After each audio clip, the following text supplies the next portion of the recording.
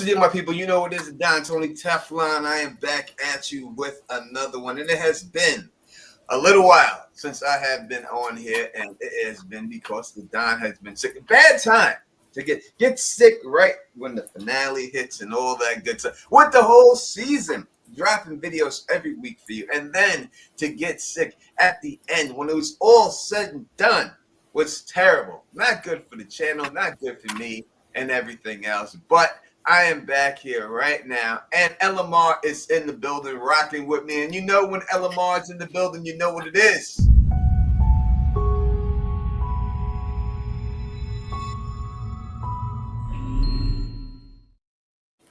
You are now watching and listening to the sexiest podcast in the world, The Lady and the Don. And hopefully our boy Phil Issues guy will be able to join us and stuff. Elamar, I have not talked to you for a little while. How are you? I am doing much better now that I'm here. It's like, I don't know what it is, Tony. Every time I'm here, I'm smiling and I'm all good. How are you doing? But by the way, before you say that, I thought literally Dexter got you. Like you disappeared. Like, were you? Was this like a thing? Like, where's Tony? Did Dexter get him?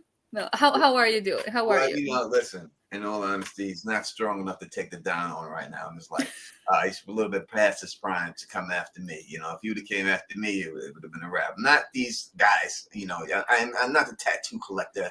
You know, I'm not Gemini.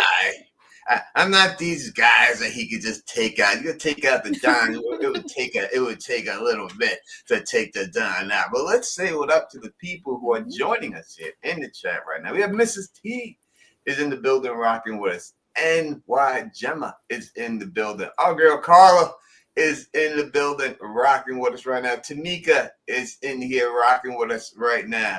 We have SF is in the building rocking with Mrs. T. I said it, but let me say it twice. Is in the building. Nonfiction is in the building. And Dave is in the building. Alan is up in this piece rocking with us right now. And I'm glad that, listen, probably nobody want to talk about this anymore. And Bill Tron is up in this piece rocking with us. You know, people may not want to talk about this anymore because it's been so long. You know, these things that they come in spurts. When it's the week of the show, people want to talk about it. But I'm glad that y'all are here. And we are here, and the phone lines are open as always and stuff. And we'll go through the last episode. Then we'll go through what we thought about the season, everything we liked about it, everything we didn't like about it. Not that much I did not like about it, so that's not going to be a big segment, but it will be a segment nevertheless in this thing. So we'll start with the last episode because that's the last thing we got to. We did not get a chance, or I did not get a chance to talk about. Elamar, what did you think of the last episode? Oh my gosh! By the way, for me it just ended. I watched it. For me, literally, it just ended. So I'm excited. I'm very excited about it. I loved the last episode. I loved the last two. I think those were my favorite. They seemed like one episode to me. Just the way, obviously, the transitions were done in the previous one, kind of like picking up where it left off. But the last two were so good. It was a great pay. Yeah, I loved it.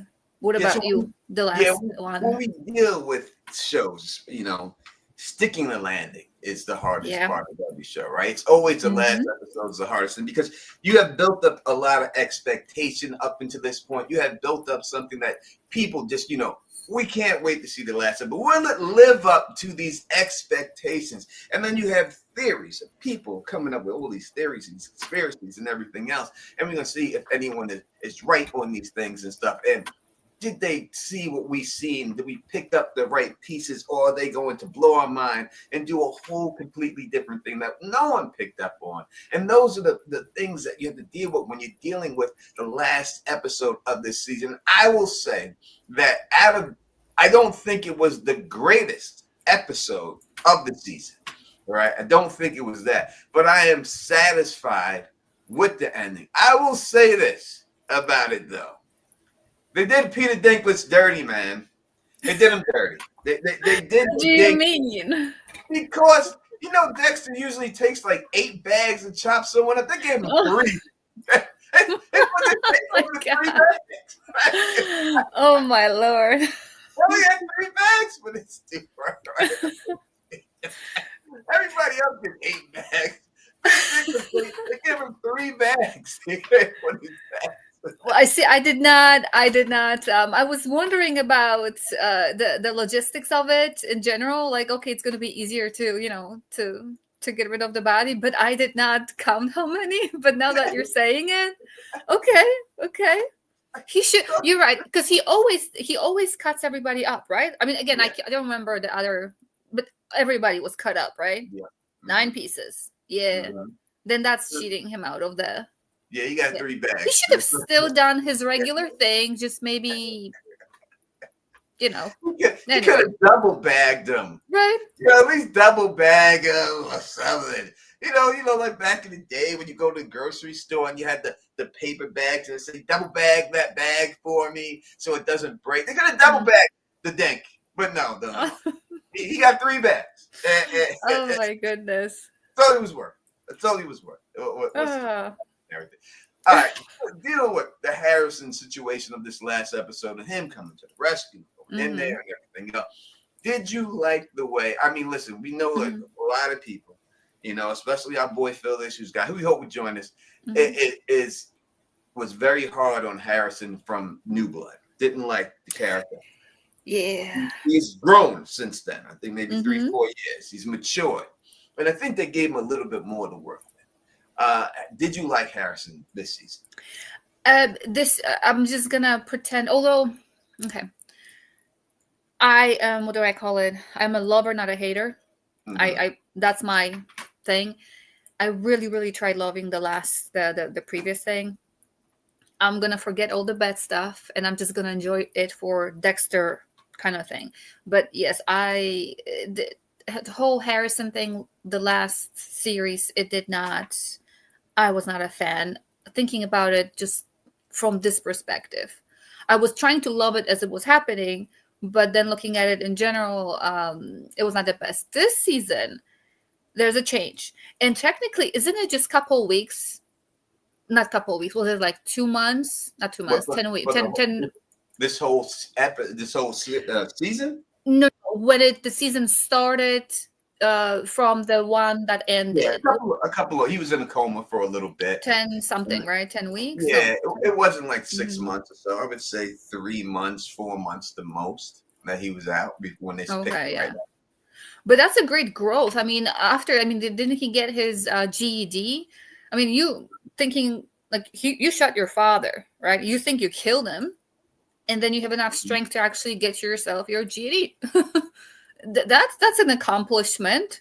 Living through trauma and then accomplishing goals, finding a job, finding a way to get away with the fact that you're homeless, like sneaking around and keeping up with the flashbacks and all that. He's doing great for killing his dad. I agree. I agree. I think they gave him a lot more to work with. I think that he did a fantastic job. Jack did. I think that he started on the first season. And listen, I would just say this. I'm not in that profession, but I've been in professions. And when you are coming into it and you are working with the likes of the people he's working with, and when you're working with Dexter Morgan and Uma Thurman and Peter Dinklage and all these heavyweights in the acting business that are just amazing actors. So let's try to say Michael C. Hall. It has got to be very intimidating, especially that other role was his first role that he's ever really gotten. He landed it. Never happens, you know what I mean? In the history of Hollywood, you go through all of them.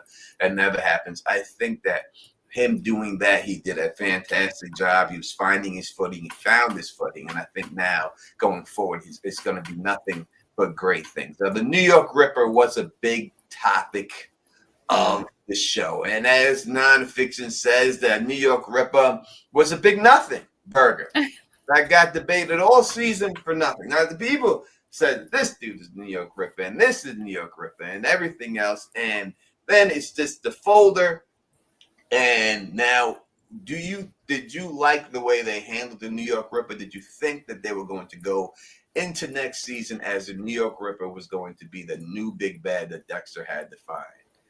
I think that with all the deaths that they shown us, and I loved it, I was living for it every time. Please get me some more of that on the screen.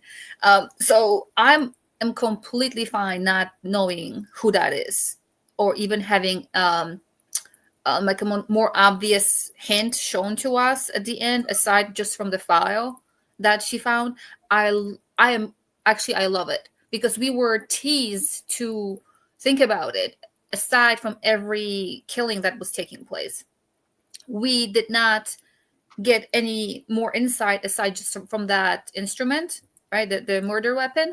And then at the end of this season, we got a file. So this is exciting. This is exciting. This is but I want there to be payoff next season. I don't want them to drag it out for God knows how many seasons. I would like for them to finish that one. I just don't see the need for it to drag more than like 2 seasons.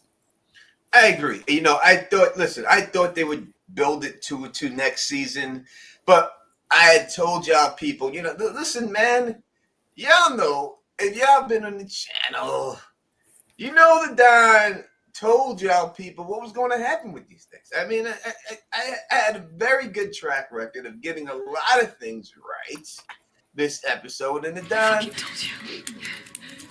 fucking told you. I told you. Just listen to me. I told you what it was. All these other people that's coming with these craziness and all this stupidness and all these Harris's girlfriend. So sad. Listen, Harris's girlfriend. Blessings is the New York Ripper. All this stupid nonsense. I told you that was just clickbait. These people are just going for views for you. I told you, listen, I told you what was going to happen. I told you this was it. I told you what that was too obvious. That's the formula for them. If it's too obvious, I mean, I don't see that happening. If they mention it, it's gonna, oh, it's them. It must be them. It's usually not them. So actually, I am not familiar with those things. So what did they say? The girlfriend. They said the girlfriend was the New York Ripper. They said that the blonde haired girl was the New York Ripper. They said Blessings was the New York Ripper. They said that the cop was the New York Ripper. They said that wait a second, Peter Dinklage was the New York Ripper.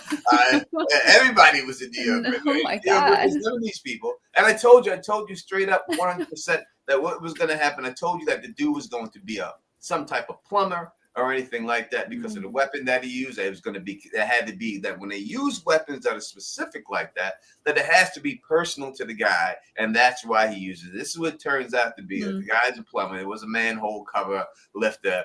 And most likely you're just going to see Claudette maybe bag the guy. But she has the whole file on the guy. She knows that he is that. And it would be pretty easy for that and everything else. The ice truck killer. We got a little cameo of the brother of Dexter. How did you like seeing him again? The man didn't age a bit. I must say that. That was amazing. And so again, I don't know what they did. Maybe just the lighting or what it was, or not moving too much. But it was nice seeing the flash, or not even flashbacks. No, the ghosts that are haunting him.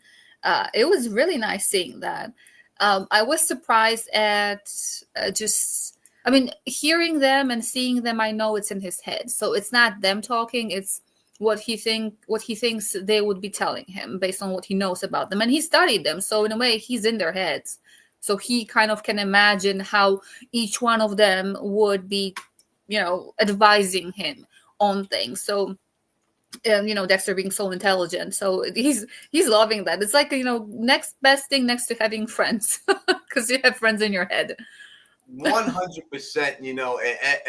And first, let me just say, Amy, you're not feeling well. I'm sorry about that. Hopefully, you feel better and just chill, relax, sit back, kick back. The late and down this year. We're gonna get this thing popping with you like that. And as nonfiction say, it didn't age like Quinn did. Yeah, Quinn's been in Miami and that damn sun.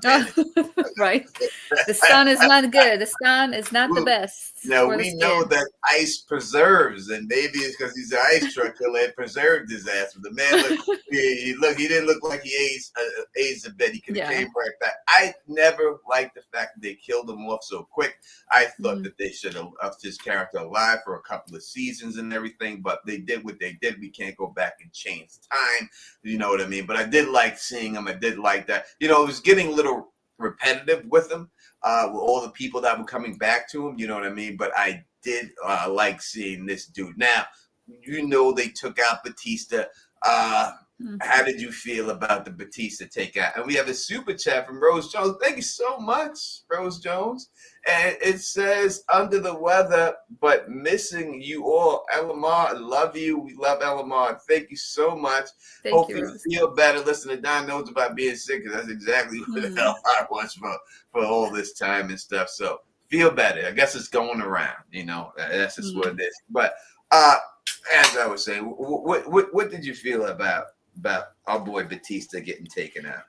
I mean, I did not like his last words. I did not like them. They were, he's such a stubborn man. I mean, yes, it's fresh in his mind because those are the people he loved and he lost them and he had his suspicions, but he completely did not even look at the fact that Dexter didn't kill the people that Batista thinks he killed. He just is upset at the fact that he, missed him being the killer. So I think there's more anger. The anger is not just the fact that you killed these people or you contributed to their death.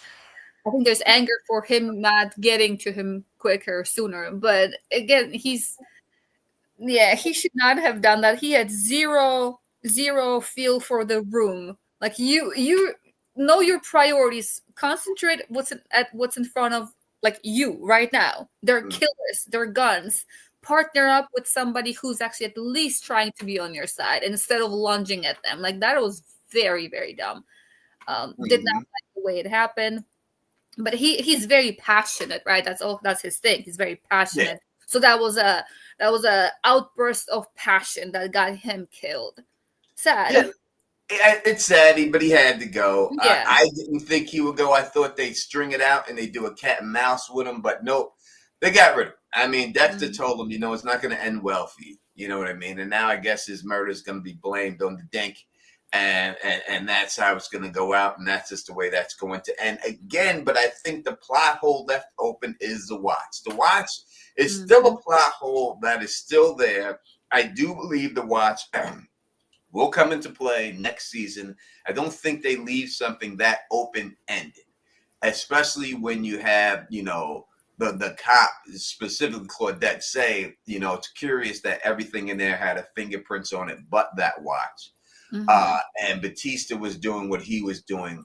I do think it does have to come back. They got to fill that plot hole. And I do believe that will still bring everything full circle and Claudette back onto the case. Because I obviously we see the characters that are continuing on. And I would say, Rose Jones, you are so generous gifting all these memberships and everyone who just got a membership. I can't see you, unfortunately. Please thank Rose Jones for your membership. You just became a member and stuff. It's truly appreciate Rose Jones. It really means the world to me that you did that and everything. Good to see you too, Mr. Faster Than Life B. Appreciate you rocking with us and everything else and all that. And Prayed Up taught me something useful. The rule of three. That's what is that? That is 3 days without water. 3. Well, there is a 3 weeks for food. 3 weeks for food. 3 days 3 without days for water, and 3 hours or 3 minutes for oxygen. Yeah, right? 3 minutes. 3 minutes. Yep. Yeah. And for oxygen. That is true. But again, when he said that, I'm thinking, okay, oxygen. And again, I didn't understand. Is there no oxygen? I mean, is it sealed? They have a certain number of days for oxygen. So, because then I'm thinking, if that's not the case, then 3 weeks. He probably had vents in there because a lot of those costumes and stuff would need that, or would probably mess up or moldy or something like that would build. Yeah. It most likely has vents all inside of there. Yeah, I was wondering if he's gonna be again. I knew that he's not gonna be there for that long. I mean, the gala was there, things were happening. We're not gonna wait that long. Not in this episode. I seriously thought if they actually had a different setup for it, he be eating the body? Like there's food, there's it's not going to be fresh for long, It's gonna take but Batista butt steak. yeah, Is that what's gonna happen there? You think yeah, he's and gonna there are bring the tools. Batista steak? Yeah, right. There's sharp tools. I'm sure there's Yeah. a knife there somewhere, like a Yeah. platter. Yeah. All you have to, you have to figure out a way to cook it in the end. But yeah, I mean, yes, Right. in situations like that of starvation, you're going to it's not even up to you anymore. Yeah. Like it's just instinct. You're gonna do it. Yeah. Like you could. It's just gonna happen. It's just the way it's gonna go. Your body's gonna be ravenous and it's gonna just think outside the box, and that's just the way it's gonna be, and everything else. I was imagining like a not an escape room, but like a survival room. Okay, what can I use in this room to survive? Like a blowtorch, whatever it's called. I'm not gonna eat this raw. Let's cook it. Let's see what's going on. But of course, thank God they did not go into any of that. Amy's like, get an apple and some onions. Listen, you sound like a Manderly here, Amy. You sound like a Manderly who's making a pie for Roose Bolton. He made 3 pies for Roose Bolton's, right? As big as wagon wheels. He made these pies.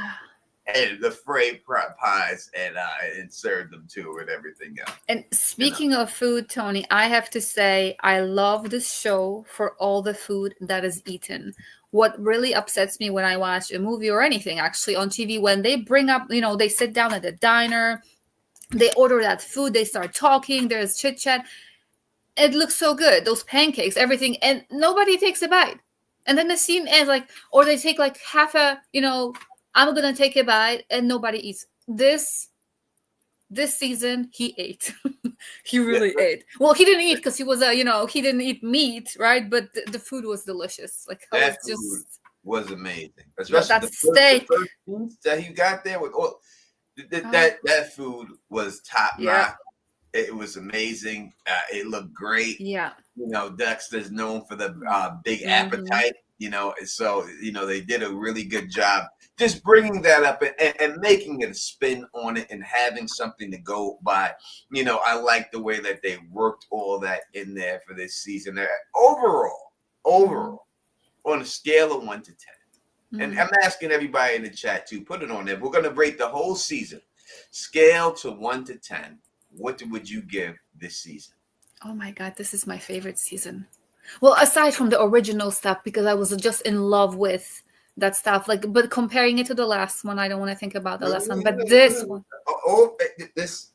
I mean, overall, this when you watch the season, you don't have to compare it to anything else. You get this season right here. This season only. This season only.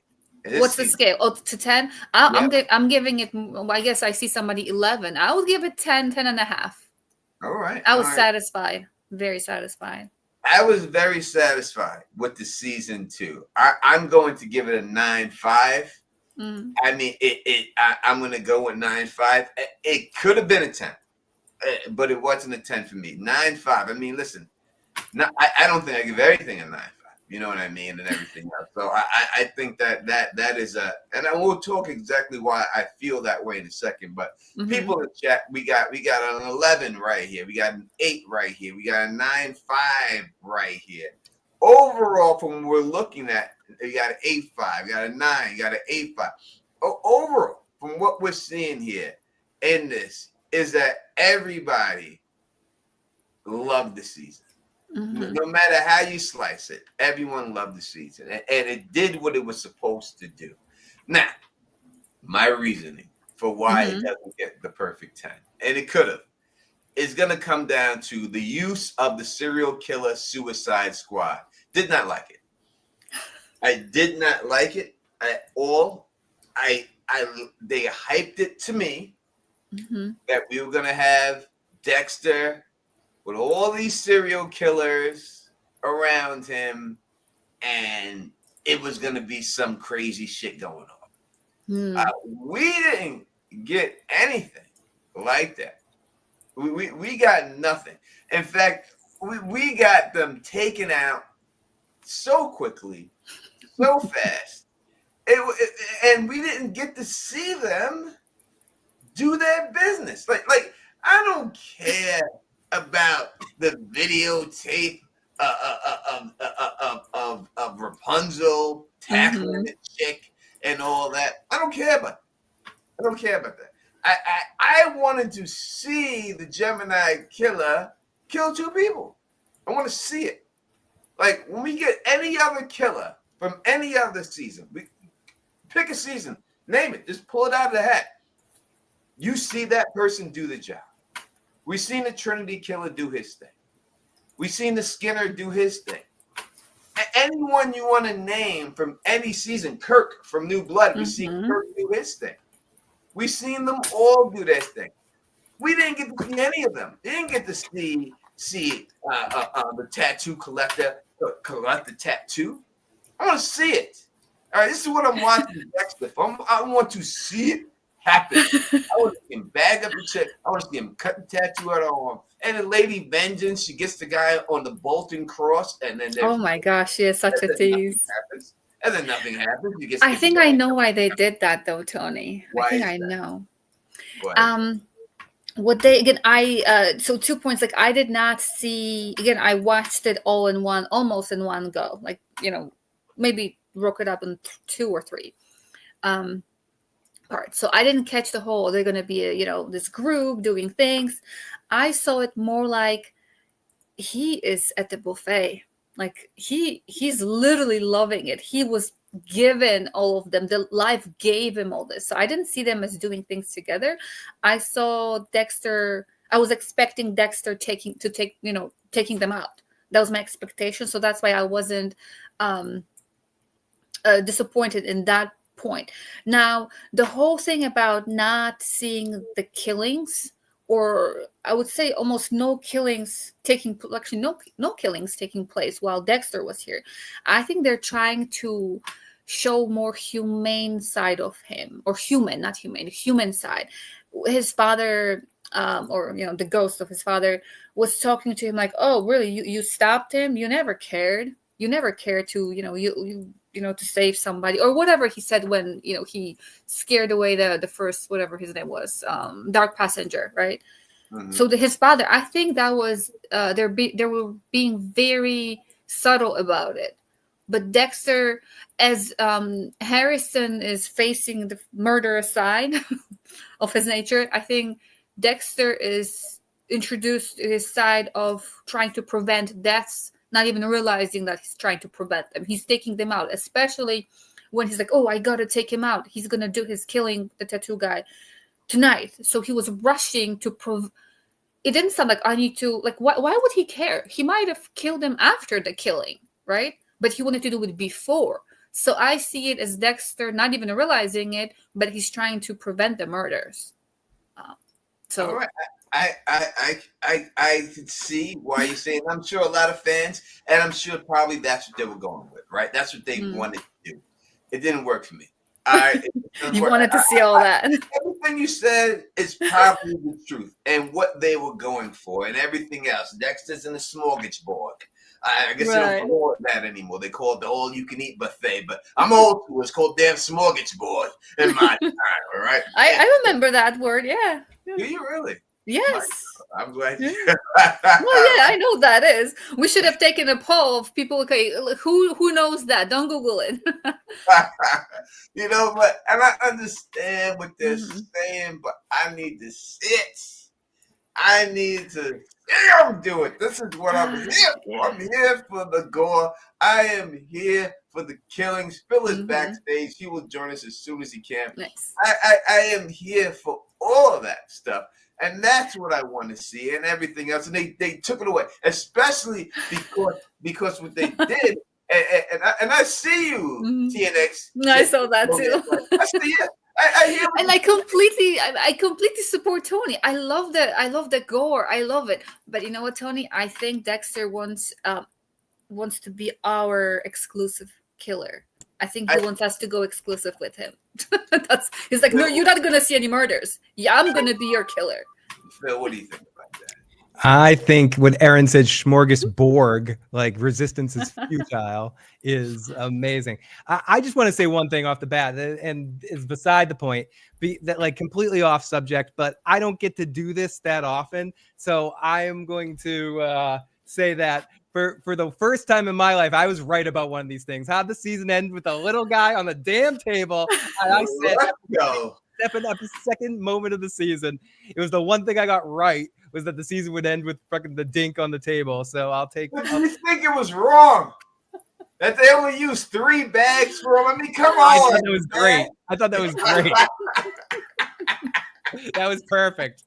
They could have done that. It wouldn't have made sense. And I think there was a smile to the camera when he turned to the camera and was like, I just used 3 bags. That's all it took.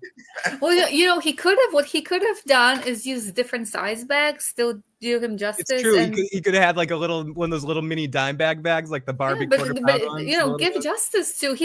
I love him as an actor. Oh my gosh, not just and I know that there was at least one movie I saw him in. He's great. I love, and he definitely. I miss seeing him. Like I guess the last one was Game of Thrones, but I miss his acting. So yeah, and they ultimately, I think the unfortunate part, and where I agree with you, Tony, but what it ended up being was the whole season was the serial killer Suicide Squad, which was the way they kind of sold it in some ways, ultimately became the foot soldiers. Or just the whatever people for Prater was the guy that we followed all season, and we ultimately saw do his thing at the end and all that sort of stuff. And we saw Prater be Prater.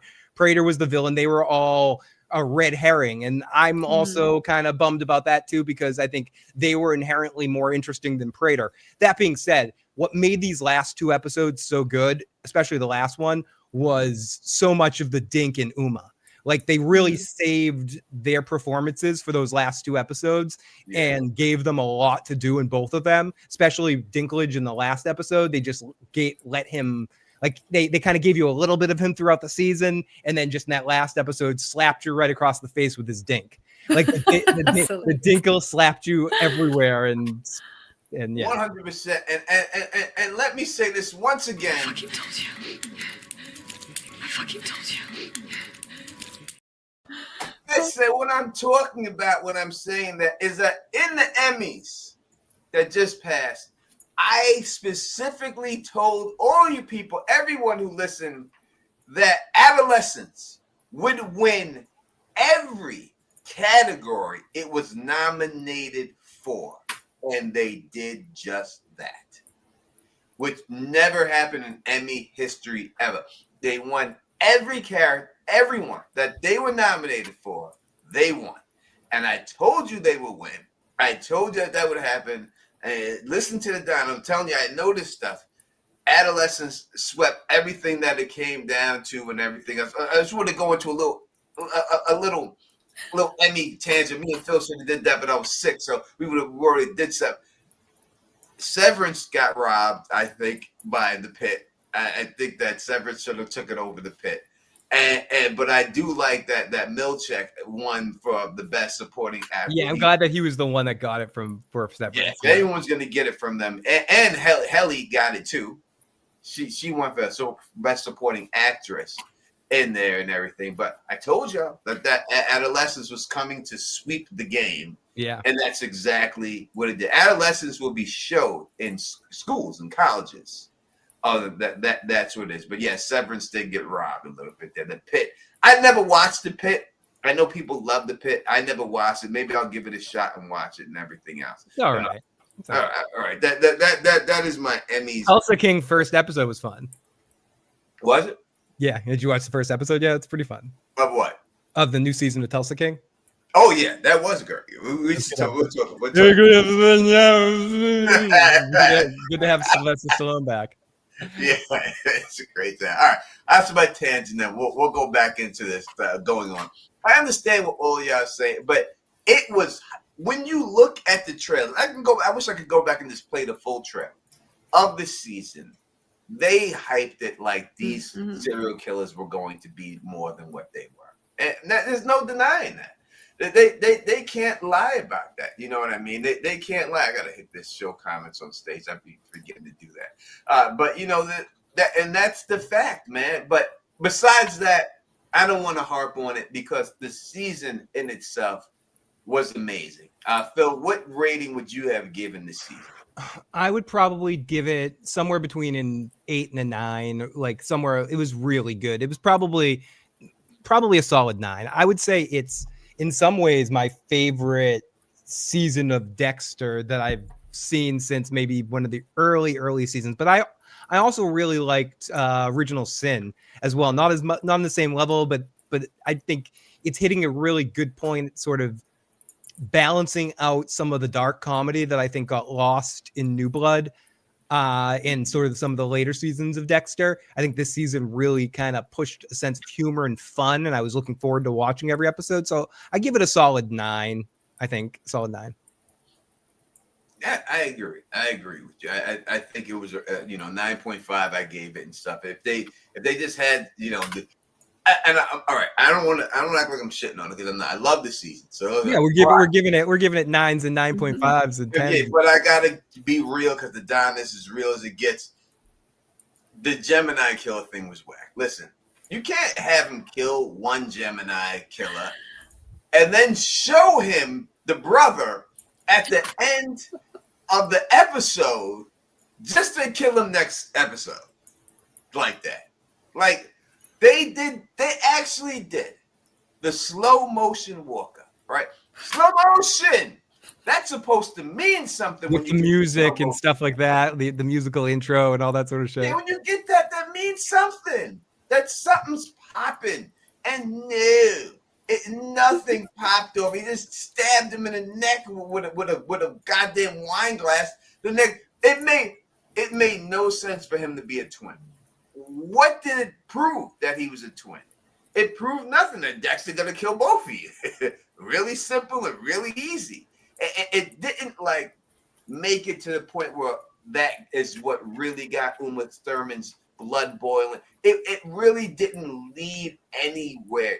I would have liked it better. And showrunners hire me and Phil and LMR because we're the best at this.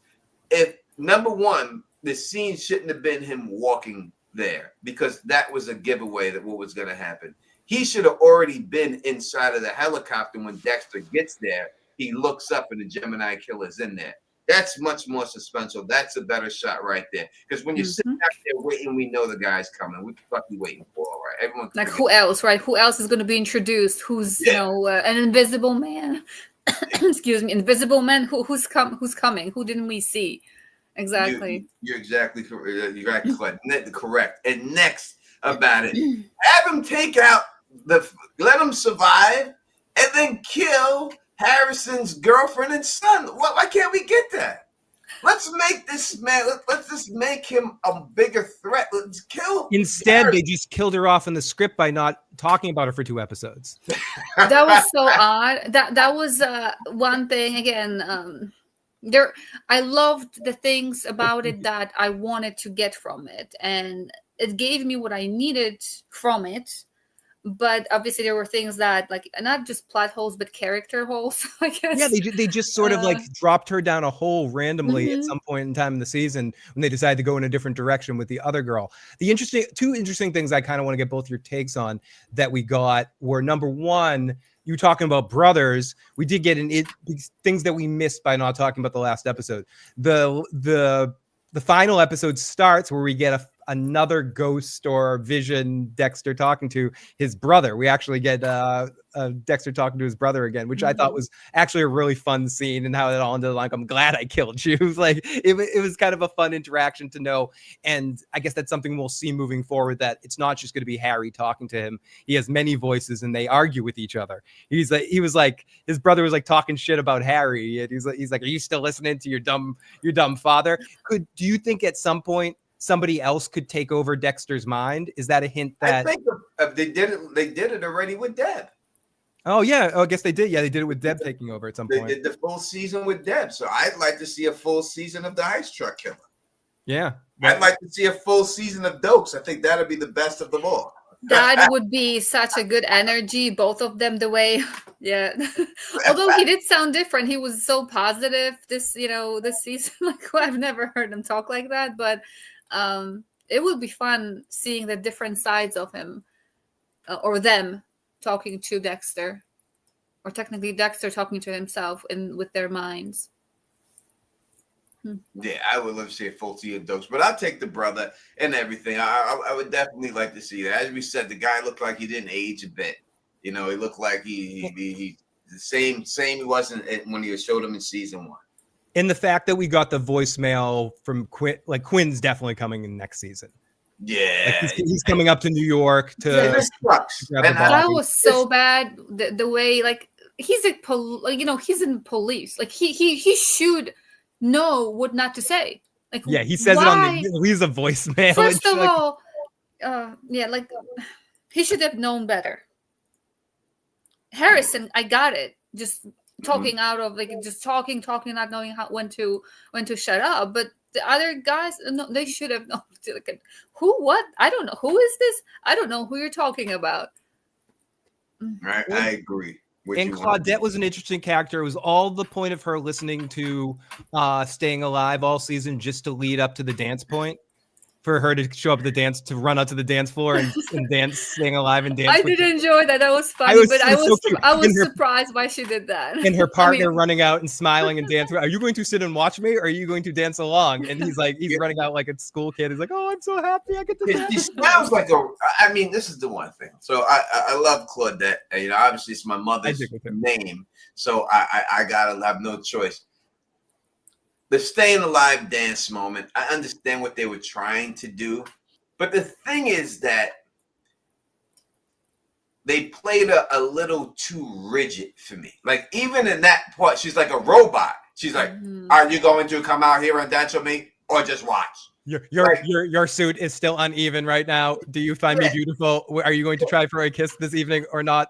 Yeah, that works in the like when she's business, like I'll accept it. Like when she's business, she's oriented on the business, and that's why she acts like that. But she's got to let her head down, and that's not the way she can actually talk in real life. It's just not realistic that someone's going to actually talk like that in real life. So it just didn't work for me at that particular time. I think she should have just been like, bring your ass on out here. Let's go, boy. If you would have just seen that side, I think it would have humanized her character more. And then you could say, all right, this is work mode her, and this is her when she's instead it made her seem more like Data from Star Trek, where she was in that moment simulating what you do she heard her song, and we've heard that it's her trigger song, like Pavlovian's dog. She hears the song and she can't help but groove to it, and she runs to the dance floor. It's my moment to dance. Are you going to? I'm assessing in this moment that you are looking at me, that you think I'm beautiful. Do you want to dance with me because I'm beautiful right now? And it's sort of like it was very weird. I'm just trying to. I like her character, but I'm trying to get it. Like, are they showing her that she's this way because she's going to be the one that finally busts Dexter? So they're showing that she's weird enough to be able to get on his level or something? Or is this just they're making her quirky just for writing purposes to add like the Staying Alive, and she's listening to it all? Like, I'm just trying to understand it. I mean, there was thoughts that maybe she was a serial killer somewhere, that she had some sort of, I don't know. I'm not sure what they're doing with the Claudette character. If I'm being in my 1% nitpicky, why I'm giving a 9, not a 10. That's like there's certain little things. Like, what are they doing with Claudette? I don't quite get it yet.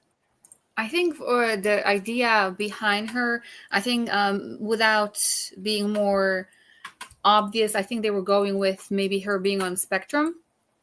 Because of her attention to detail, her ruminating on some things, not being able to let go, and being so detail oriented, and being able to see that, his sleeves are like an inch too inch too short and things like that, picking things like that. So maybe they're just they were trying to introduce a character with that, show attention to detail and the lack of those social cues of what not to say and how not to say things. And then again with that music kind of being in her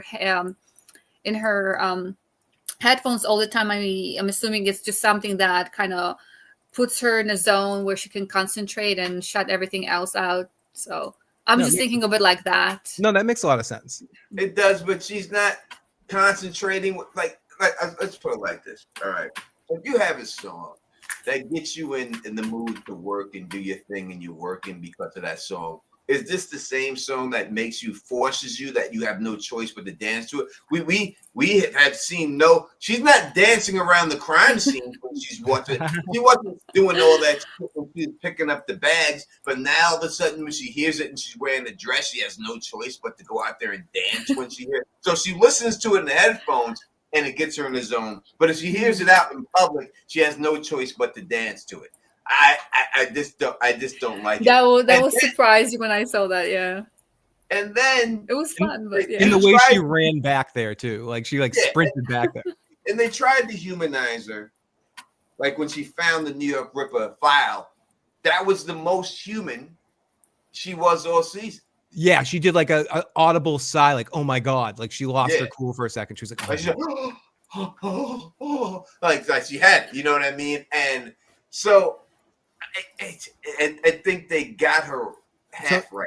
Tony, you just touched upon that perfect transition to the New York Ripper thing. So considering that was the big thing all season, everyone's who's the Ripper?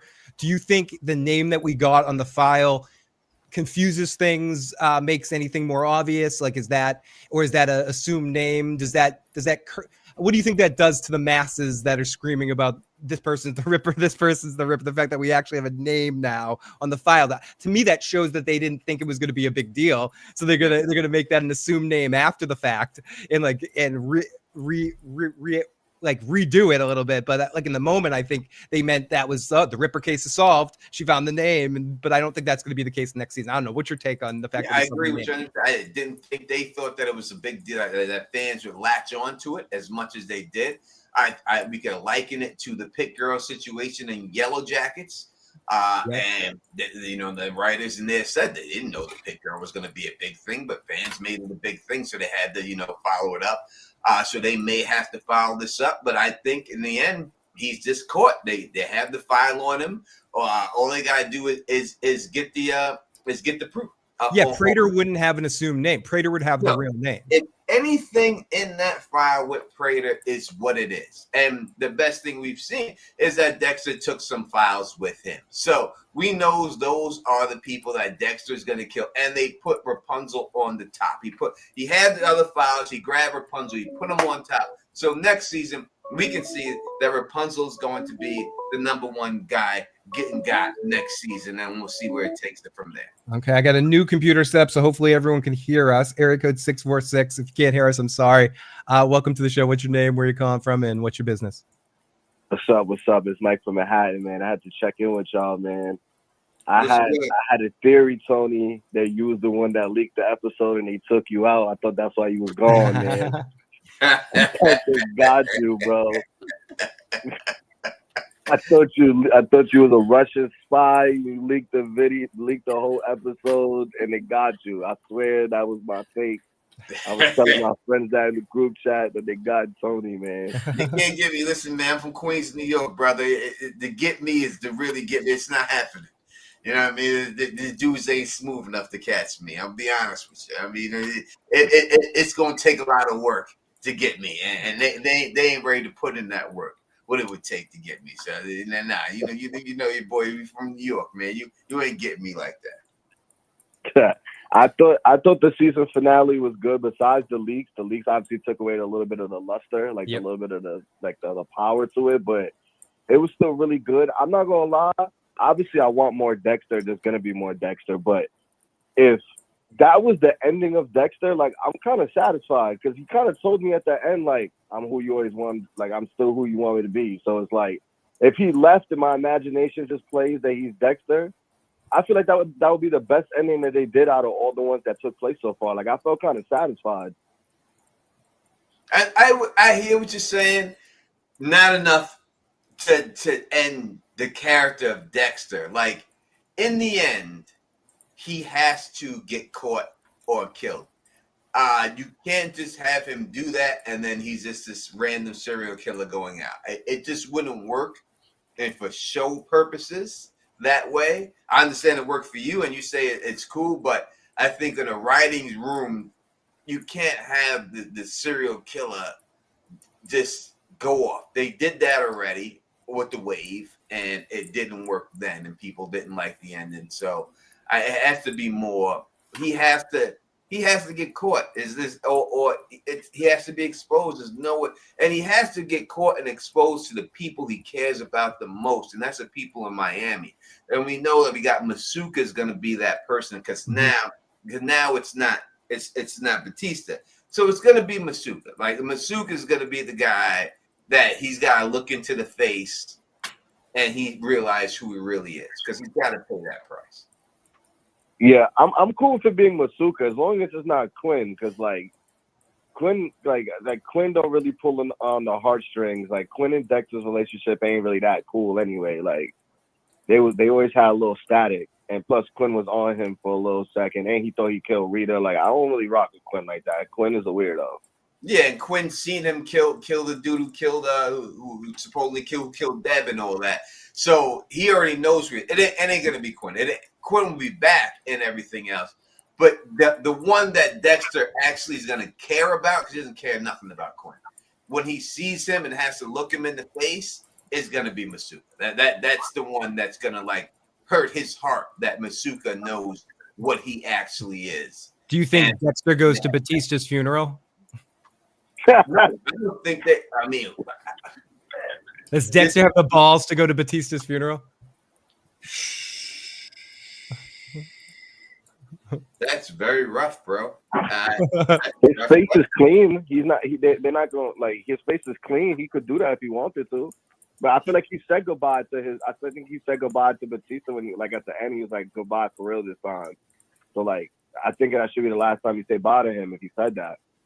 Yeah, probably. Like I don't think he would go in that situation, but I do think the next season starts out with either Quinn probably coming up to New York to get the body, or someone's got to come up to get the body.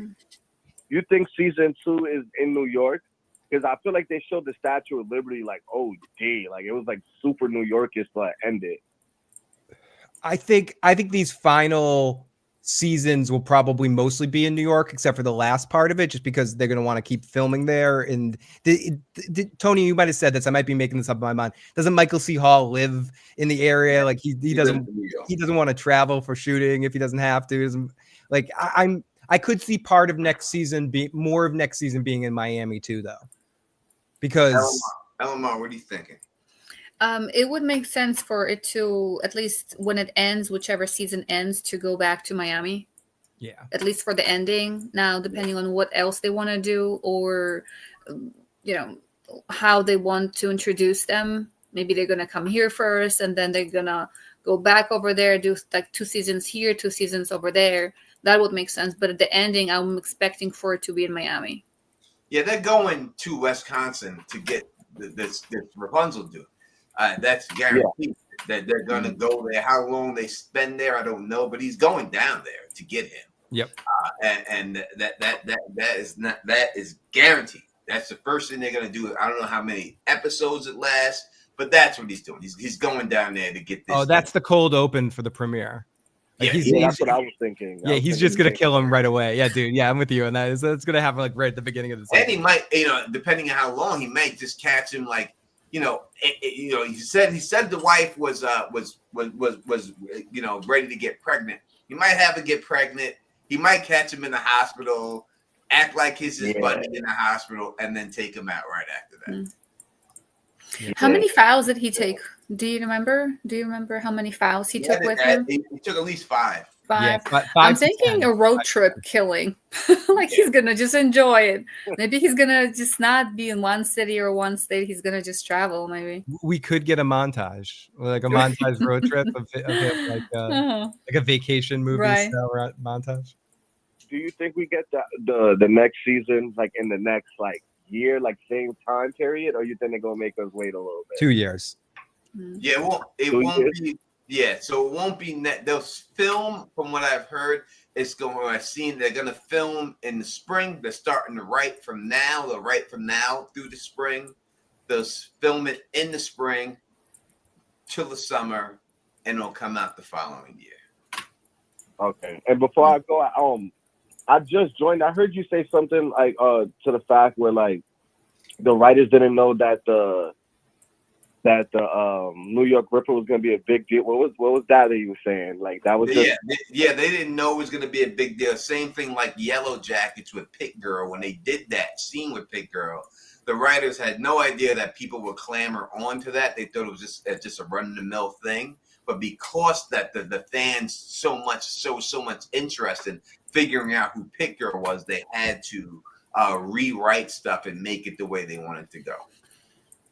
Okay. All right, man. I'm gonna let y'all go. I've been on the phone for a minute. You know, it's always love, Tony. You know what's the word, Phil. 100%. Appreciate you. For sure. Hello, man. And I just found this. It's right. I didn't just find it sitting right here. But I'm bringing this to my office and hanging it on my wall tomorrow. What is it? What can we guess what it is? Can anyone guess what it is? I'm going to hang on my wall tomorrow. What's the is it like a from this season, like from Dexter, or it's personal? I'm sorry. It's personal. No, it's personal. Oh, personal. So nothing to do with any of the shows? No, not at all. Huh. All right, here it is. So I'm going to hang on my wall. Are you serious? You still have it? I sure do. Means more to me than my 100,000 subscribers. That was so long ago. And that's when I did not know how to DIY things. That was my first thing. Do you still have the opener? Yes, Elamar made this for me probably 5-6 years ago. Oh my god, like more than 6, I think. At least 6 years. What's not age? Okay. I'm giving myself that time because it's like, that was my first try. I'm loving that you have it still. Oh my god. We're gonna put it on the wall tomorrow in my office. We're gonna put it up in there. Yeah, it's going in there right now. We're gonna stick that in there. That is so cool. It is cool. I actually have a similar one. I don't know if you can tell. Hold on. Where's my stuff? I have a similar one. Hold on. Going up. Right, where are we? Right there. We almost have a matching one, Tony. It's almost right. I stream and I know things. That's why I drink. Mine has a wine opener and one of the wine bottles. That's so cute. And yeah. Iron Throne is smaller. It looks like. Oh, actually, it's a convertible one. This is the one. This is just like the back, and then behind it's the whole thing. I just take it out and yeah. Oh, so this is just sitting there like that. It's smaller, but yeah, the other thing is there. Just we're not in Game of Thrones right now, so yeah, no, we'll be back there in January. Yeah, we'll be back again doing all that stuff in January. Two seasons in 1 year. 2 seasons in 1 year. We gotta deal with everybody, but we will deal with them when it's all said and done, because we will cover both House of the Dragon and Dunkin' Egg, and we will have the greatest knower of all, who knows everything about Dunkin' Egg. Are you sure? Oh, I thought you were going to guarantee a different person. Miss Duncan the small. I'm guaranteeing Miss Duncan that's on there. Oh yeah, I can't guarantee Bridgefall, but I can threaten his life.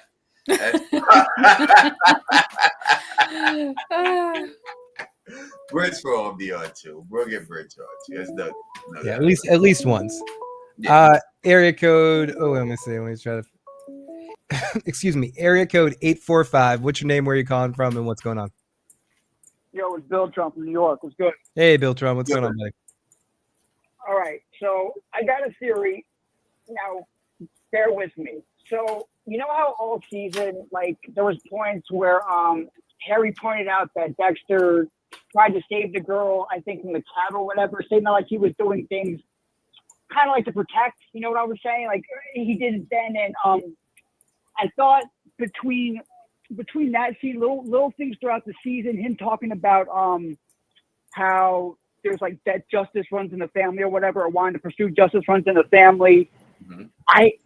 And with him not taking Prater's blood side or whatever, I have a weird feeling. You could have sold me on it before the show started that he's going to get arrested by the end of it and get exposed.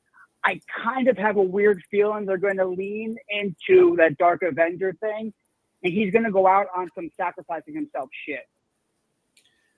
I don't like, the only reason I think that is because like you see all these anti-hero shit, they're always killing people. I think he's going more of a protector type of route. He's still a fucking monster nonetheless, but I don't know. It's just like little things throughout this season kind of like triggered in my head. He seems like he's making more moves, less for his urges and more to keep people safe. I hear what you're saying, and they did try to stress that with when he was watching the other kills, the other people. When he was watching the other people kill people, how it just wasn't there. Yeah. He wasn't about it and stuff, you know. So I can see what you're saying. In the end, the Bay Harbor Butcher's in the big serial killer book with the rest of them. That's who he is. That's true. That's who he'll never outrun that. I agree with that. That's something he'll never outrun. That's with him till the end. You know, but I can see what you're saying. I think it would only be for Harrison. I think he'd sacrifice himself for Harrison. Besides that, I don't see him going out for anybody else. It would have to be something. Exactly. I agree. 100% agree. It would have to be for Harrison. The only reason I think the sacrifice cell thing is because he did something like that in the book, I think. Yeah, I never read the book, so I would have no idea. But I would just think it would have to be something to do with Harrison in the end. If it didn't have anything to do with Harrison, he's not sacrificing himself. I agree with that. That's for sure. It would have to be, it would be for Harrison, or if Batista was still alive, Batista, and even then still wouldn't. But so one other thing, when you watch over this season again, when you go to the first episode, write down everything that he sees in the hallucinations. If you notice throughout the whole season, they all kind of come true, or he corrects his faults that they pointed out by the end of the season type of shit, that whole closing monologue. All right, I'm going to go back and look at all the hallucinations and see what's up with that. All right, it's been good talking to you guys. Have a good one. All right, Bill. Appreciate you, brother. Yeah, that's the great Bill trying rocking with us right there and everything. I love Lady Vengeance too. I really did. All right, out of all of the serial killer Suicide Squad, and back to the Emmys real quick, because Phil's wife won an Emmy. Oh yeah, she did. She won an Emmy, well deserved. I think it was Best Actress, right? Best Actress. Yeah, no, but or was it supporting or was it Best Actress? I don't know if it was supporting or Best Actress. What would she got? Whatever Helly R didn't get. Helly R either got supporting or Best Actress. She got the other. Either way, they both won and they deserved it. She 100% deserved. She as in a great show, and a show that gets forgotten about because there's just so many. Penguin was amazing. She was one of the standout from the show, or one of the two standouts. 100%. I should have brought that up. Oh, I should have brought that. All right, going back to this show of Dexter and everything, and we're going through it. I wanted to say, everybody subscribe to the Don Tony Teflon if you haven't. LMR doesn't have a channel anymore, but you can catch her on here and stuff. But subscribe to Phil the Issues Guy channel. Yep. All right. Put that in the chat so people know to subscribe, because I'll be over there. We all be over there. And we got a bunch of stuff planned for all of y'all. We're going to be doing a bunch of stuff. I don't know. We're probably going to be doing Tulsa King. I think that we could probably pop that off episode 2 and keep Tulsa and do the whole season of Tulsa King and stuff. Well, it's a fun show. It's just, you just got to take it for what it is. But we will be doing Dare. I love how they don't write. They write like difficult dialogue for Stallone to say. He has to say like really tough stuff. They don't make it easy for him. He's like I'll have to give write examples of it where he actually has to dictate and it's like I have to put the subtitles on. What'd you just say, Sly? Come on. We'll do that. We'll do Return to Derry. LMR, you're gonna watch that the Derry show, right? Which ones? Because I'm just taking notes on this stuff. I'm gonna rewatch it and get all the notes what to watch. It's like something Return to Derry. It's it that movie, it the horror movie. It's before it starts. It's on HBO. Oh my god! And stuff. So when? Next month it starts. Oh my god! After Task, which I love those the original movie. If people haven't been watching Task, I highly recommend it. It's not necessarily a show to cover because it's not a mystery. You kind of just know everything's going to happen on it, but it's a great show, and definitely you can tell it's the same production team as Mayor of Easttown.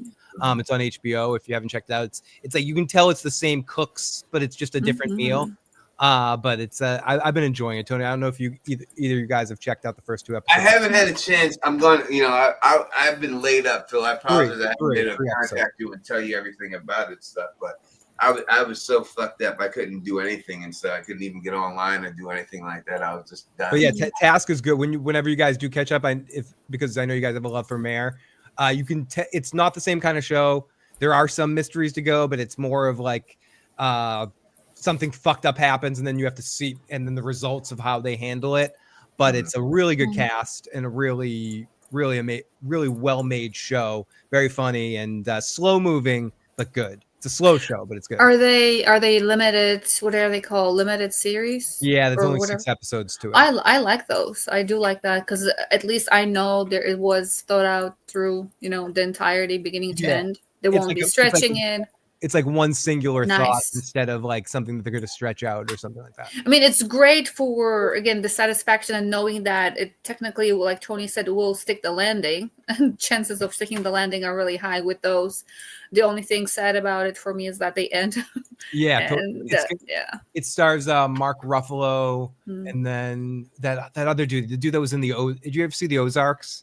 I started, never finished. It was great. I loved it. And the first. There's a character that plays Wendy's brother. I don't know the actor's name, but he's the other main actor. Okay. And it's basically a criminal crew is doing something, and then we have the cops that are following them, and then there's a biker element to it as well. Okay. Like Sons of Anarchy biker kind of element to it too, and it's like all 3 of those combined, but it's shot like in the same visual aspect. The thing that's most like Mayor is the way it visually looks, like the camera style and like the angles and like the camera stock. Yeah, if that's the case, I loved that show. So if it's done same, like you said, same cook, different meal, I love that. Definitely a different kind of show, but you can tell if you've seen both shows. You can at least I can tell. Like I can feel the energy of the creative team as a part of it. But it's a good show. It's slow. The only thing I can say about it is that slow. I kind of like slow burn kind of shows, and each episode kind of is like a slow tension kind of building up. Okay, as long as the payoff is good, I don't care how slow. It seems like the payoff is going to be good. I'm interested to see where it's going to go. Yeah. Okay. It's fun. It's definitely worth a watch, especially if you liked Mayor. Oh, I did. That was a lot of fun. It was great to cover that. But at this point, now that there's 3 episodes in, and I think it's only going to be 6 episodes, I'd be like, wait, don't binge watch those episodes, because then you're gonna have to wait like me, like an asshole. It's one of those shows that like leaves you hanging. It's like the hour goes by really quick, and you're like, oh, I'm a sucker now. I have to wait. Yeah, like this one, Dexter. I did not watch anything before. I started watching it not long ago. And to me is like binge watching it. And normally when I get a show, I will literally sit through the night and watch it. I just can't stop. There's no stopping. And nonfiction, because this isn't spoiler, but yeah, whatever. Slight spoiler that there is a leak. I guess this is one of the mystery things. I think the leak is either Lizzie or Graziano.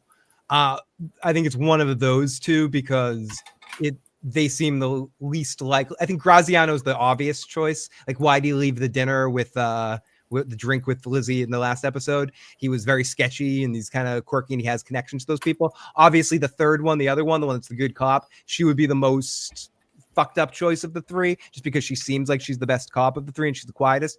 But I tend to think it's Lizzie. Maybe she's a hot mess. Lizzie or Graziano, because there's some drama with the two of them. But I'm sorry to hijack this and turn this into a task. Yeah, that is not at all. You are fine. You can just gives us ideas what to watch and. Mm-hmm. Yeah, so we'll be covering that. There's a couple other things we'll be covering. I don't know. Robin Hood. What do you feel about that on MGM? It's got Sean Bean in it. He's gonna die. No, is he? No way. Okay, how many episodes in? Yeah, over under. Can we make bets? Yes, we should. Okay, how long? Can we do the death pool? Yeah, come on. Yes, but first, before even seeing any more on it, just guessing statistically, and then after we see more stuff about exactly. it, Like we have to go like either. Yes.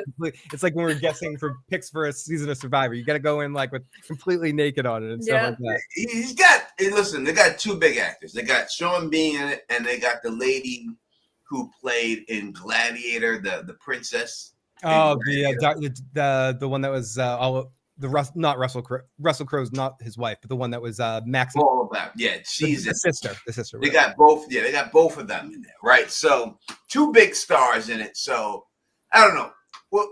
Let's give it a first episode a watch, and then we'll see if we'll cover it after that. But that's their big show they're promoting on there right now, and all that. So we'll give those two and everything else, and we'll see how it goes. And we'll see. But yeah, give Task a watch. I'm curious what you would think about that. I will. Tony. I'll do it this weekend. It's like when I watch a show like that, I really have to pay attention. And I haven't been able to pay attention, so only thing I can eat when I'm not eat. Only thing I can watch when I'm not paying attention is shows like Peacemaker. Yeah, that's when I put on like comedies or like shows that I've seen a million times. When I put on like when I'm eating and relaxing, like that the background stuff, the stuff that just kind of is on loop. All right, let's go. Let's continue. Yeah, so sorry to take this away from Dexter. Sorry. That's right. We're only going to go on like a half an hour more because I got to wake up really early in the morning, unfortunately, with this job of mine. Let's continue. We've talked about the season. We talked about that. People, you can call in 781-990-8509 if there's something we have not covered. And everything else, please let us know I'm trying to think if there's anything from this season that we didn't talk about, or the season finale, because we talked about so much of the season all the way through. I like how do you think it was a little bit of a troll that he ended up in a boat at the end of the season? He even talks to the audience. He breaks the fourth wall. He's like, oh, I'm on a boat again, you motherfuckers. It's just, to me, it's unrealistic. This is not a boat. This is a yacht, basically. He steals the water. Yeah, I was wondering how it's gonna work. Yeah, and this guy is just got bodies and all this stuff. Somehow this Predator thing doesn't leak. Like somehow they keep it in the house, but I don't believe they can. So you would think they'd be looking for who's driving Prater's boat. He's got a boat out there. Who's driving that? Is he just gonna start living in his mansion too? Yeah, there's no cameras at the port. I mean, I guess he has the dark passengers hoodie thing that hides his face now. So now we got to think that no camera can ever spot Dexter ever again because he has the invisibility cloak, the Harry Potter invisibility cloak. I do wonder with those like the line that somebody said, "Oh, we gotta call it in," and one of them said, "We are all here." Yeah, who are we? So I wonder if it's gonna be like, okay, are they going to do something about that, or how the exposing? What would it cause? Because they were fooled. So I wonder if it's going to be some kind of cover up to a certain extent, because like all these cops were fooled by this one man. It would not look good on them. Yeah. So I wonder what's going to happen with that. And also, of course, like you said, like he stole a boat or boat and yacht. It would be hard to expose Prater for what he is, for everything that he's done. It would all become if to cover it up. What are they covering up? Like, so that's what it comes down to. Like, Prater's gone. They have to figure out he killed Batista, and now he's on the lam. So he would be a fugitive to them because there's no proof he was murdered there. So they would have to put it out that Leon Prater is a suspect in the murder of a former head of detective in Miami. He's been found with all the serial killer propaganda inside of his vault, which some of it has to be illegal to hold, especially in New York Ripper stuff, because that case is not even solved. You know, other things he may be able to have and stuff, you know, but all these pictures and all this stuff, and he's on the lam. And that's what it would be like. There's a manhunt for him. Mm-hmm. That's the only story I could see them going with right at this point right now. And if he is on the lam, that means they're going to be looking for assets, which means they're going to be looking for his boat because they're looking for him. So the boat, you just can't just drive around on this boat. They're gonna be looking for that boat. And how are you gonna explain that you're on that boat? So with that, maybe you can again. I just watched it in one go. I didn't rewatch anything, and I had a question: what was the deal with the car? Harrison took his car, right? In the beginning. Actress? Yes. Yes. So the car, what happened was that is how Batista tracked him. Yes.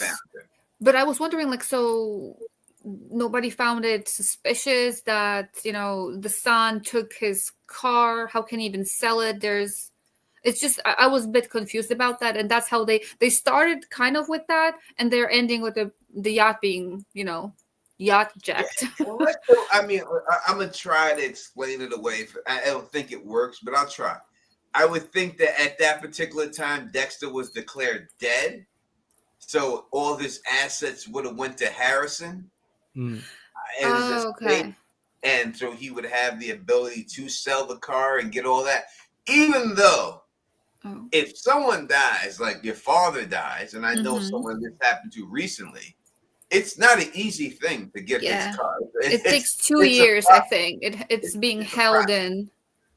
It's being held, so it's not a couple months. No, this is a estate thing. It takes a while, and this process and this paperwork you have to sign off on, and all these other things and everything. And you have to go to court and all this other stuff. So they could fudge around all that situation.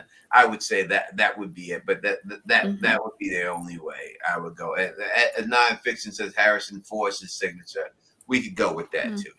They could explain it away if they wanted to, and easily.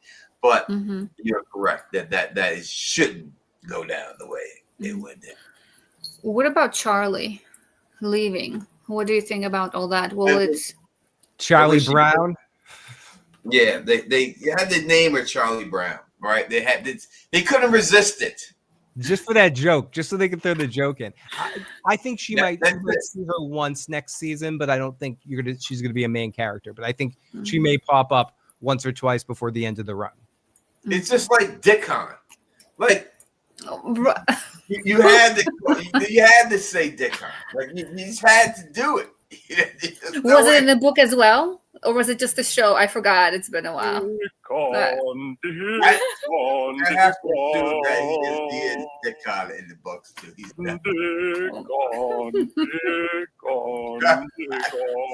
my god. Yeah, that was like you just like what George was thinking the other day. What could they even about? We said Rick on Dickon. They should have been twins, Dick on, Dick off, or Dick on, Dick off, Dick on, Dick off. They had to go with Charlie Brown. I could, the names are important. I mean, they are important. They did it all for that Harry joke. That's why she's in such a bad mood all the time. It was like a setup for that joke the whole season. Yeah, well, it's I'm trying to think. Let's go through each serial killer real quick. There's not a lot to say about a lot of them. Tattoo Collector. How did you like the performance of the Tattoo Collector? Phil? Legend. Wait for it. I'm going to wait for it because that's all I can say. I thought it was a waste of Neil Patrick Harris's talents. I don't think they did enough with him. Yeah. Go ahead. To me, he looked a little bit too nervous. That nervous energy, it did not. I don't know. I did not like. It was just strange, like the idea behind him, how it has to have a meaning. Majority of people, from what I know, when they tattoo their body, there's a meaning behind it. So he said, it has to have a meaning. Well, majority of them do. Majority of them have a story, so it's just odd that I did not like the setup of it. I enjoyed the fact that he is using the media to look for that, and I would have been more of him stalking the artist, that one artist that majority of them would be dying. Because but again, it would have been an easy catch, because why are my clients dying? Like, I don't know, what am I doing wrong? I think that they could have did so much more with him, and I really wish they did. I would say this about all of them, but I'm fine not seeing any more of him. To me, in all honesty, it's just when you hire the actor as well schooled as David to play the Gemini killer, I just really want more. Because I know the actor can give you more, and I want to keep going about it and everything on about it. But it's just, so if you cast Neil Patrick Harris, they should have played into his strengths and made him a very comedic character. Played into just let him be Neil Patrick Harris, and instead, I think he played it kind of scared. Like, and I mean, what I mean is, like, if he felt a little out of his element in this show for me, just a little bit like that. I think it's a little bit of a miscast. I think they cast him for his name and they didn't use Neil Patrick Harris for Neil Patrick Harris's talents. This should have been a song and dance. Fuck it. You know, let the guy picking dance. up the body and dancing with the body or the skin. Exactly. Something ridiculous. Like putting it on himself, like, oh, this would look good. Go here full Dr. Horrible with it. You know, full Dr. Horrible. Have him kill the chick. Have him show him blow her arm off and peel the skin away, and then Dexter kills him. Yep. All right, and then Dexter kills him. And he sings the song, and they have a duet. Yeah, and then Dexter takes him out after he's done the deed, not before. And I think that is what is going on and everything else. There was a movie or something I remember seeing where the tattoos, wasn't it Dexter removing skin with that peeler? What was that? I'm trying to think. I know I watch a lot of that kind of stuff. Somebody removing the skin, actually just peeling the skin, torturing somebody. I don't know. The Skinner. Was that? Yeah. The guy who was cutting out, who was the doing the pine trees. Right. He was, because he had Dex. He had the guy who became like the guy who played in the Green Arrow. That black who Deb was dating. She skinned him for a little bit before he got away. We didn't kill him and stuff, but the skin. Diane LB7, thank you so much. I'm glad. I'm happy to feel better. But Diane, you have one job, Diane. One job, and you have not gotten that job done for the Don, and I expect you to. Expect you to. Let's get on that. Let's get on. This, my friend. Let's get on it. All right. Let's get on that. Yeah, let's get on that. You're gonna cover monsters. Ed Gein. I would love to cover the Ed Gein story, Monsters. Would you like to do that? Oh, is that with Jax Teller? Yes. The guy I said that should play Rhaegar Targaryen. I get Jax all in Game of Thrones. I think he'd be great. I think he should be Rhaegar. All right, let's cover Monster. Let's get that pop. Let's get that done. Charlie Human. Charlie Human is the name of the guy. Yeah. Whatever. Him and the dude from Viking, Travis Fimmel, are brothers in another life. They look like me and Mini Me when they stand next to each other, because Travis is like 6-something and Charlie's like 5'2". We'll see how it drops, and if it drops, not going to drop an episode at a time. Maybe half a season if we're lucky. But if they just do a whole season, we'll just do a whole season review on it, and stuff will drop. Yeah, one episode on the whole season, absolutely. Yeah, we'll just do it like that. You know what I mean? That's just, Raised by Wolves was Travis. They look a lot alike. If they ever did the Sons of Anarchy prequel series, Travis should play JT as father. There's a couple of pictures of the two of them together. They look oddly very similar. 100%. I may have scared my friend Diane away. I'm sorry, Diane. I didn't mean to scare you. No, I'm sure I did. Yeah. So, all right. Let's. I would like to say. I would like to say, what is the biggest moment of the episode? Like the best moment, but it's hard to say. I'm thinking of the question, then I'm trying to think of an answer. Oh, the best moment of the episode was of the probably season. when of the season for me ultimately was when he had Prater on the table and the crowd is cheering Prater's name and about to kill him. That was just fucking hilarious. That was good. I mean, I'm focusing on the last episode more than the season, but in the last episode, that's my favorite moment. As for the season, let me think about that for a second. The best moment of the season, as horrible as the outcome of it was, the moment with the Gemini killer when he's walking with the helicopter towards the scene, like the anticipation of how that was going to go, like that Dexter might be in trouble now for a moment. I thought that was a really good moment. That was sort of like, oh yeah, we're in a fucking awesome moment here. I thought that was a highlight. Like the way they ended that cliffhanger for that episode was really good.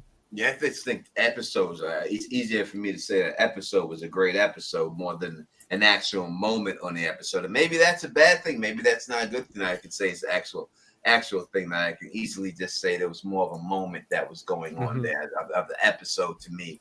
More and as a whole episode as a whole more than anything else. You know what I mean? Than the one moment of it. All right, we'll talk. Let's talk before we get out of here. Let's talk a little bit. Season 2, we know we're getting it. How do we think it plays out? A little bit of it. That from what we could, Elmar, like when you see season 2, like where do you think they go with the season? We'll go. Let's start with the first chapter. Let's just say Harrison. Where do we go with Harrison for season 2? Oh, he's in school. Yep. He is deep in there. He's doing great. That's not all he's deep in. Sorry. Well, you know. He's not deep Good in for him. He's a tongue warrior. From what they showed us, he's a gladiator. Next season. I'm not saying anything wrong with that, but that's all they showed of him. Like nothing else. Like that was his first move, his go-to move, and that's what he was all about. You know, we don't know nothing about the stroke. Well, game. good for him, and good for him, and good for her. I mean, oh my gosh. I'm not saying there's anything wrong with it. No, I'm psyched for him. Yeah, I'm not saying there's anything wrong. She's dead woman walking though. Like whoever his. But I'm sorry, and I'm sorry. I'll wait my turn. I'm sorry. I was just gonna. No, I can't do that because I need to know. But again, I want to talk about. He's just down there. You don't know this chick from Adam, and this dude, great gladiator. I don't want to bitch about this season again, but this is what LMR. You talked about this earlier, and I was talking about this earlier. What the fuck? Did something happen behind the scenes with the actress playing the other girl that they had to rewrite something at the end? Because the way it happens at the end, isn't it weird? Isn't it just weird? You mean the one with the kid, right? Yeah, the one that they just sort of wrote her out of like the end of the season a little bit. I did not check on who wrote it and how many writers were there, but when I hear something, oh my god, it's like she's jealous. Because I'm not snuggling with her. This is Nova. Like, will that character be back? Are they just going to write that character out going into next season? I think they're going to write her out. But I was just surprised at the switch. I'm watching it, like binge watching it, and all of a sudden, like, where is she? Yeah, she was like this big thing. You're like, oh, after, he tried, kissing her, and again. At that point, are they not friends anymore? Like, it was just very odd, right? Like, so if we're talking about Harrison for next season, do any of us think we'll see her next season, or did they just to do it like a Seinfeld thing? Did they just yada yada her off the script? Like yada yada yada. Okay, she's gone now. I don't know how she could be adding. I mean, her thing maybe was the whole landlord thing to add that piece and to kind of mix it up a little bit. There was a kill, there was no kill. Oh, I almost killed him, but I didn't kill him. Maybe that he's able to restrain himself. It comes down to the hotel. If he's not working in the hotel, she's out. If she's then she's in. So if he goes to school and he's working in a hotel, then I would think you would have to show her or talk about that she quit the job or something like that. But if he's not working at the hotel and he's just a full-time student and that's all we're going to see of his life, then she's gone. She's off the show. Yeah, I feel like we're going to get a line, even if he does work at the hotel, where it says, yeah, the landlord was just too much for her, so she moved in with her mom in California or something like that. Like she's but I could be wrong. I just thought it was very weird how it's like she just disappeared from the world in the last couple of episodes. She definitely was. So Phil, LMR says Harrison in school. What do you say about Harrison? I agree with her 100%. I think we've set that up all season. I think we get Harrison and his girl in school vibing out in that situation, and then helping Dexter out and having interactions with Dexter. I think Harrison will have some intense situations happen at school that push him, and again, he'll make some sort of mistake or commit a crime or a murder or something that, some shit will happen with him. I think we haven't seen the last of Harrison killing people. And I think next season we'll see him killing people. I still think the watch can come into play a little bit. So, you think him and Claudette, and what do you think is going to happen with Harrison next season? Yeah, I think the watch still has to come into play. It's a big plot hole. You just can't go away from it. You can't have all that stuff with the watch and all of a sudden the watch mean nothing. That may have to come into play. But I would think that, maybe Claudette in the beginning likes him a little bit, or what he's doing or anything like that, and then the watch comes into play and it throws a monkey wrench in that whole situation there. I think possibly, but 100% he's in school. We might get it, and then we have to deal with Harrison in school and who's in that school and everything else, and who he has to take out in that school that Dexter has to say. He may even get an internship with Claudette. Yeah, I could see something like that happening. Yeah. I mean, she may want to do that, like offer it to him and have an eye on him, because she's still. Although right now she got her file, so she'll be very much busy. But by the time maybe she solves it, or whatever happens, she may still not give up because of that watch. It's there. It's that missing piece or that extra piece, not even a missing, that out of place piece. 100%.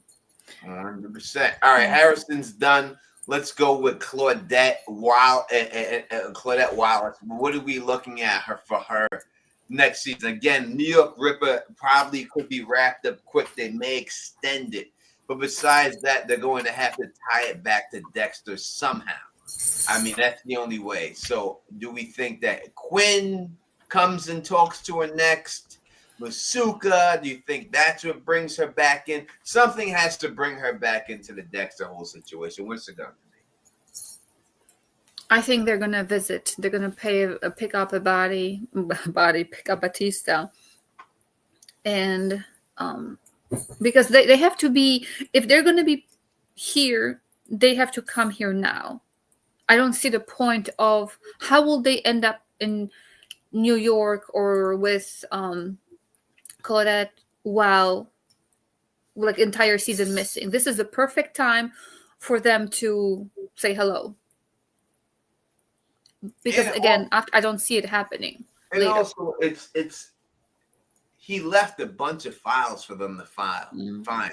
On purpose. We know the New York Ripper because that's the one she's looking for, but there could be other ones that that she finds too, that she figures out, that she stalks. Again, they could extend the New York Ripper. They could say he knows that he's the Ripper, but don't have the actual proof to prove it, right? This is a file saying this is the New York Ripper.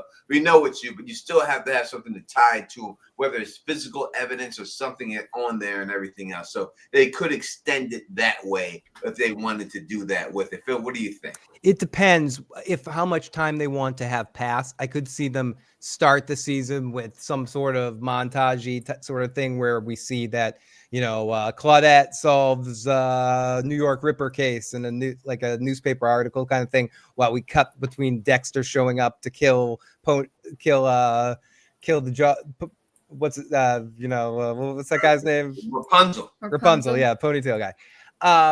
So I think I agree with LMR again that someone from Miami is gonna come up to get the body, and there's gonna be some sort of discussion towards the beginning of the season. But I guess this is one of the big questions, is just an overall question: how much time is going to have passed when season 2 starts from the end of season 1? What does Dexter usually do? Does it usually start right after the events of the previous season, or are they going to skip ahead a few months?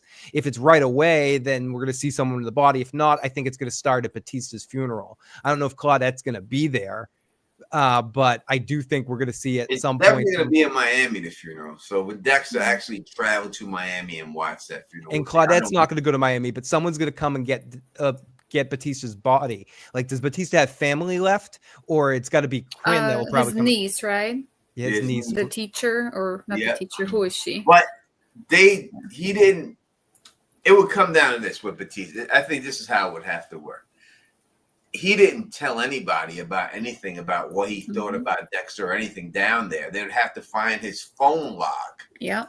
That he recorded saying. But Claudette knows everything about what he was saying about Dexter, and she's going to tell Quinn there's a reason why he made that phone log, right? Like, are they going to throw that away? I think that they have to hear him say that and everything else, that he's stalking him to these positions and everything else. And that Dexter was in the vicinity because of the car tracking situation. Maybe they can track a phone to Prater from the Prater phone or something to Dexter. I don't know. You know, they showed him. Did he take the phone after it died in battery? People are saying Dexter he had the phone, but it died in batteries. Did he take it with him, or did he leave it at the scene? I don't know.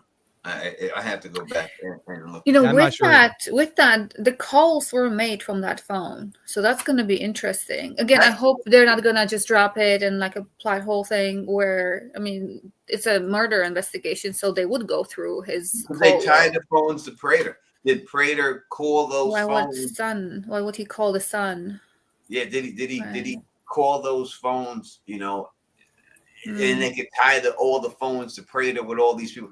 That they may have to address that in next season. As Dan said in the live chat, if he's smart, he dumped the phone with Prater's body. I didn't see him do that, but it would have been smart if he put it in one of the 2.5 bags. Like, because you would only need about 2.5 bags for Prater. So yeah, it said 3 bags. It was 3 bags for Prater. The rest of the bag 3 was phones and shit. They gave him 3 bags for Prater. All right, and Dexter, finally the main character, Dexter, before we out of here. How do we feel it's gonna? I think we know he's going to go after Rapunzel, so he's going to go to Wisconsin for that. But beyond that, what else are they going to do with him? I would love to see a road trip.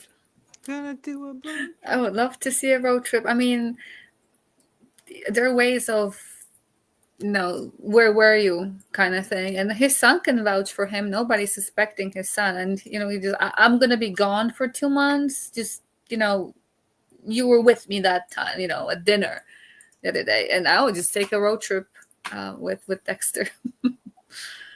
And just go that, you know, down the, you know, to see the map and see where each one is, and just, you know. As nonfiction says in the live chat, a murder tour. A murder tour. A murder tour. Yeah. I mean, that's kind of, you know, I'm saying kind of cheesy. Like, okay, you know, with the funny music in the background, and, you know, kill here, kill this one here, like a montage. Can they stretch this Rapunzel thing for the whole season? They can't. Right? No, I don't think they're gonna have the actor come back. I think I don't think so. He's coming back. They put it on top for a reason. Like, out of all the files and they had it look like he escaped and everything else and all that.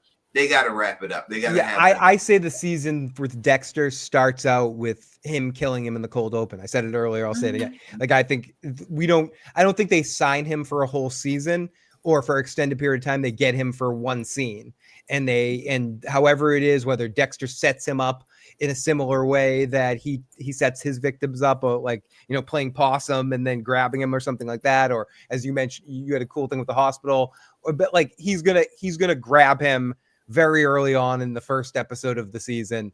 And I think you might see a murder tour of some sort, LMR, with Harrison helping him a little bit with information here and there. But what is, I guess, the big question about Dexter, and the overall thing that the real question about Dexter is not what is Dexter going to be doing, because we know what Dexter's going to be doing. He's going to be following the code, talking to Harry, talking to random people, dodging bullets, whatever. Who's Dexter's adversary? What is the thing that's going to be going against Dexter this coming season that's going to push him up against the wall? Like, where do they go from Prater? Because that's the Dexter storyline. We know that at the end of this season, he sort of admitted that I'm different now. I'm different. I'm admitting I needed Deb. I need Blessing in his family. They're like, in my heart, I need people. Let me say this. They didn't show the scene with him with the machete. They cut that out. They totally did. They cut that whole scene out. Why did they cut that scene out? Everyone was talking about this, and listen, we talked about it. I've talked about it. They showed him walking up with Dexter on the side with the machete, and they chopped that from the script. They did not show that inside of this episode at all. So why did they chop that whole scene out with Blessing with the machete? All they show was him dancing. But who do you guys think could be Dexter's adversary going into this next season? What could top Prater and Charlie and all of that? What is next? What do you want to see next as the thing that works against Dexter in this next coming season? What about extended family from Blessings? Because then they come from somewhere that it was like a bad place. Again, I said, I only watched it quickly once. So he was trying to hide all that from his family, even from himself. What if there's more to that? They could go with that, go somewhere else with it. I would think that, we know.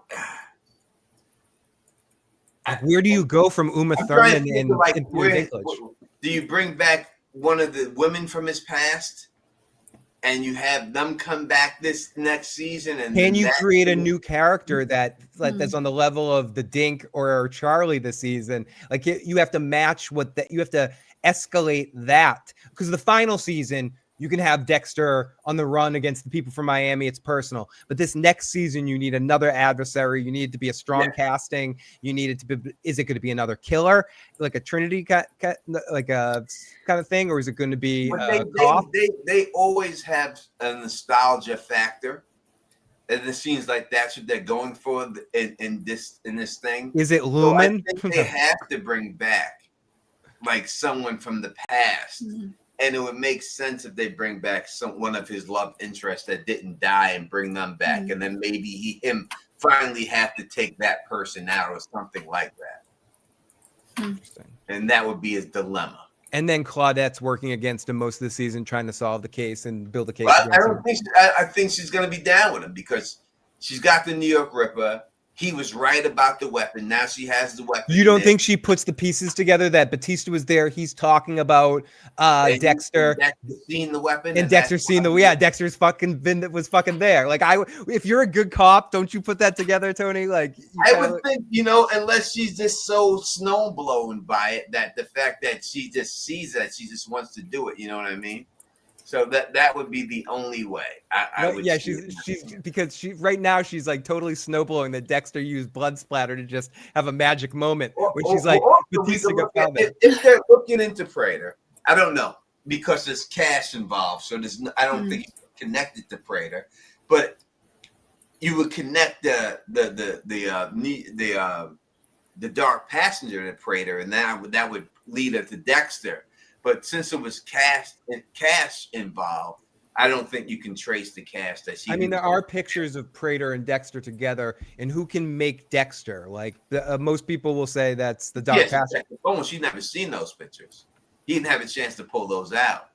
So the phone is a big deal. If Dexter was stupid enough to leave the phone, Batista has. If he still has that phone on him and never got rid of it, that phone is a big deal. Well, Dexter used it to talk to Harrison, but then it died. Whatever he did with it after it died, I'm not sure.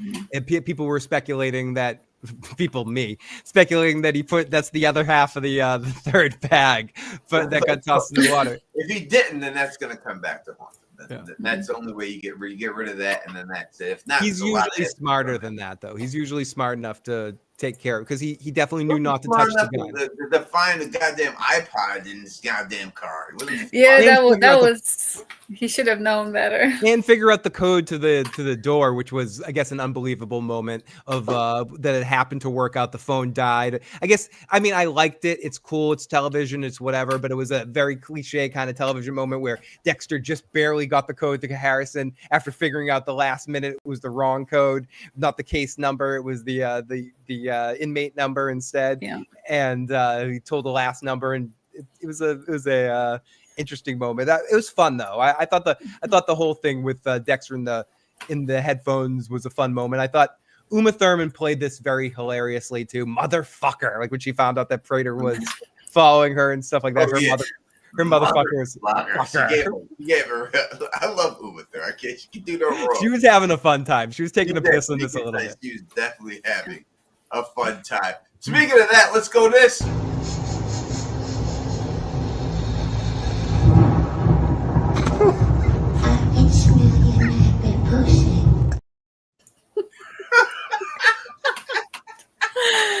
Oh Lord, Tony, those clips that you have from all the shows. Oh my God.